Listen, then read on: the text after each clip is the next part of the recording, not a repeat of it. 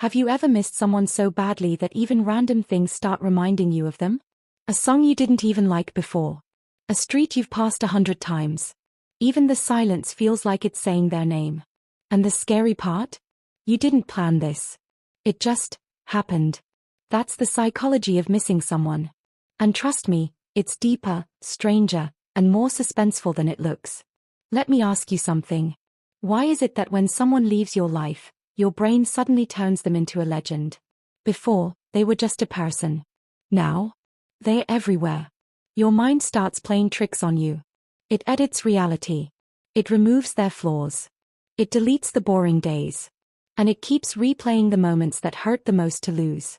That one message. That one laugh. That one look that made you feel understood. Your brain becomes a movie director who only shows the best scenes and hides the ending. Here's something wild. Missing someone is not about love alone. It's about attachment.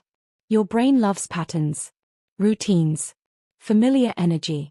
When someone becomes part of your daily mental space, your brain labels them as important for survival. So when they are gone, your brain goes into alert mode.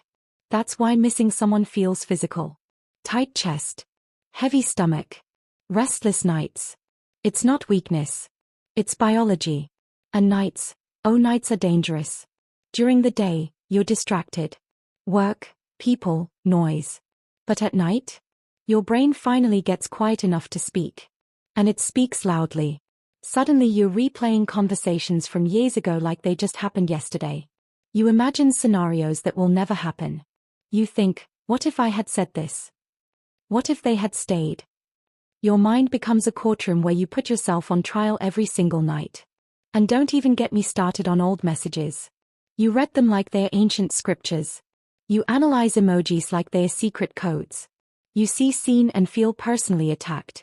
And the worst part? Sometimes you don't even miss them. You miss how you felt when they were around. Confident. Safe. Chosen. You miss being someone's favorite person.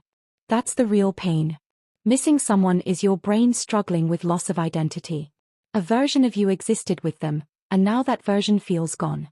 And here's where it gets suspenseful. Your brain hates unfinished stories. It craves closure. It wants a final scene, a clear ending, a reason that makes sense. But life rarely gives clean endings. So your mind creates its own. False hope. Imagined conversations. What if fantasies that keep the wound open? And let's be honest, we all do embarrassing things when we miss someone. You check their last scene even though you promised yourself you wouldn't. You stalk their profile by accident. You hear your phone buzz and your heart jumps, then drops. It's emotional cardio. But here's the twist most people don't expect. Missing someone doesn't mean they were meant to stay. It means the connection was real. Pain is proof that something mattered. And that's not something to be ashamed of.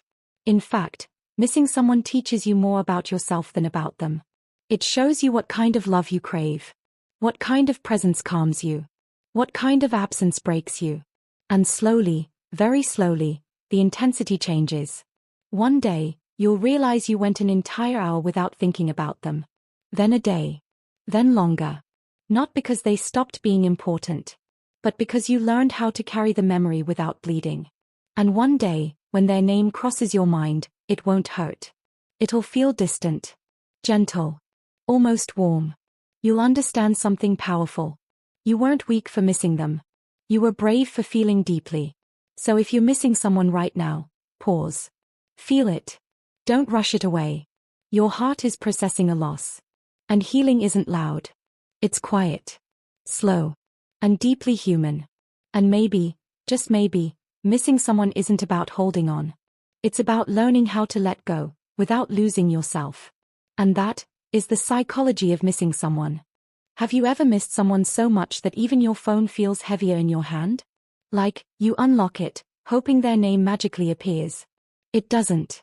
And suddenly, silence gets loud. Yeah. That feeling. Missing someone isn't just an emotion.